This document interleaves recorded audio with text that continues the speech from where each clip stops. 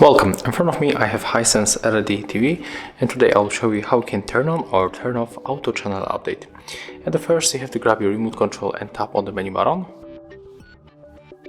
When you are here, you have to navigate with the arrows.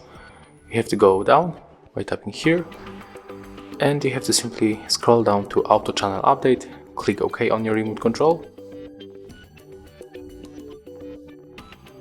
And when you click it, as you can see, it switched from off to on. So we have to decide what you want to get. I'm going to turn it on, and that's it. If you find this video helpful, remember to leave a like, comment and subscribe to our channel.